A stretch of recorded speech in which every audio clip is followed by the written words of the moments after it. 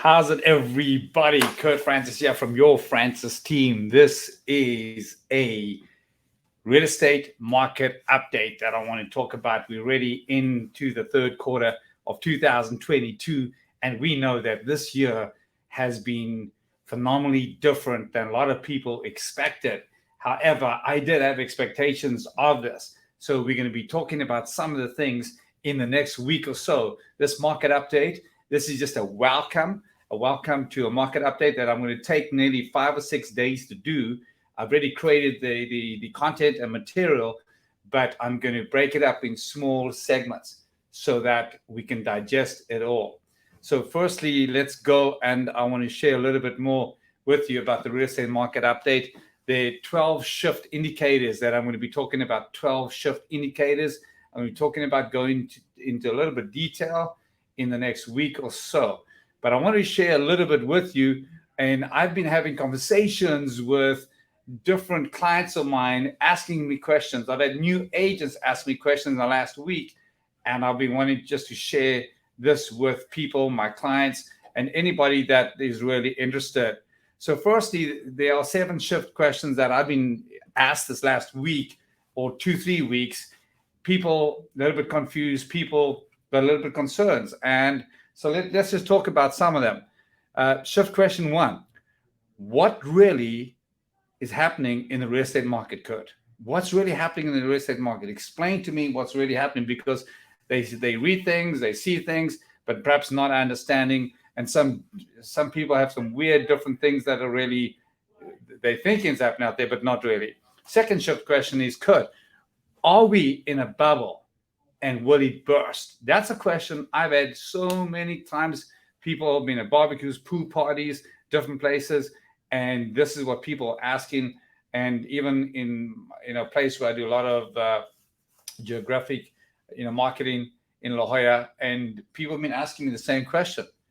Third question is, what will my home be worth in a year? What will my home be worth in a year?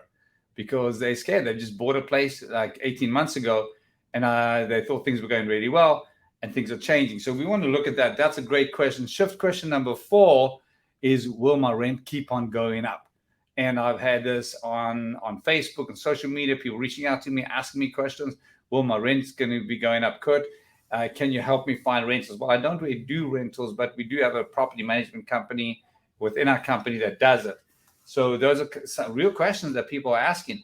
I've got tenants who are in some of my clients' properties. They rent from my clients, and they've been reached out to me as well and asked me.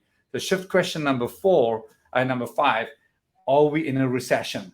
Are we in a recession? And we're going to be going through this in the next week. Are we in a recession? I'm going to define recession, what it really means to us, and whether we're in one, whether we're going in one, where we are. I want to talk more about this. Shift question number 6, what's going to happen to the interest rates? Massive question, right? That people are asking all the time. What's going to happen to the interest rates? And then question number 7, will I ever be able to afford to buy a home? This is a person who's 45 years old asked me that question last week. Kurt, will I ever be able to afford to buy a home in Southern California? Okay, that's the question. So these are kind of things that we're going to be looking at in details, but I'll tell you a bit more. There's one shift statement that I want to read.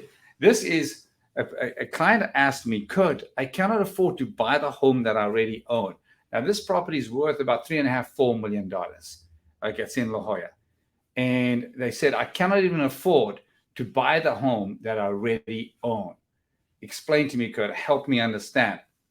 I love that statement you made, and then I love the question. So here are the 12 indicators that we're going to be going through in the next week. Number 1, understanding the shift. There's been a shift in our marketplace, in the real estate industry, in the stock market, in cryptocurrency, in how much we're paying for goods and services right now. There's been a massive shift. Let's understand it. The second thing is, there are 12 of them, interest rates. I'm going to be going into talking more about interest rates. Thirdly, the inventory, real estate inventory, in focusing on San Diego, but talking about Southern California as well. Number 4, buyer demand. Number 5, home prices. We're going to be talking about home prices. Number 6, first-time buyers. Why are we going to talk about first-time buyers? It's very interesting what first-time buyers really show us about the rest of the market. Affordability. We're going to be talking about affordability in greater details. Inflation, talking about that. I can't wait to speak about recession and what we think, where it's going, where it's happened. Jobs and wages in San Diego, also Southern California. And predictions. What are the predictions? What are the economists saying? What is NAR saying? National Association of Realtors.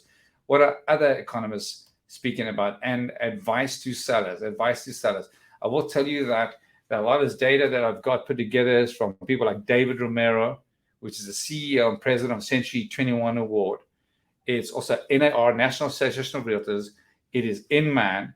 It is Steve Thomas from Reports on Housing, and various other ones that we'll go through. So this is what we're really going to go through in this next week. So if you want to be part of it, stay tuned, because you're going to see a lot of stuff. So call me, Kurt Francis, at 858-229-9180. This is your francisteam.com and kurtfrancis.com. But give me a call if you've got any questions. I cannot wait to be speaking to you more about this.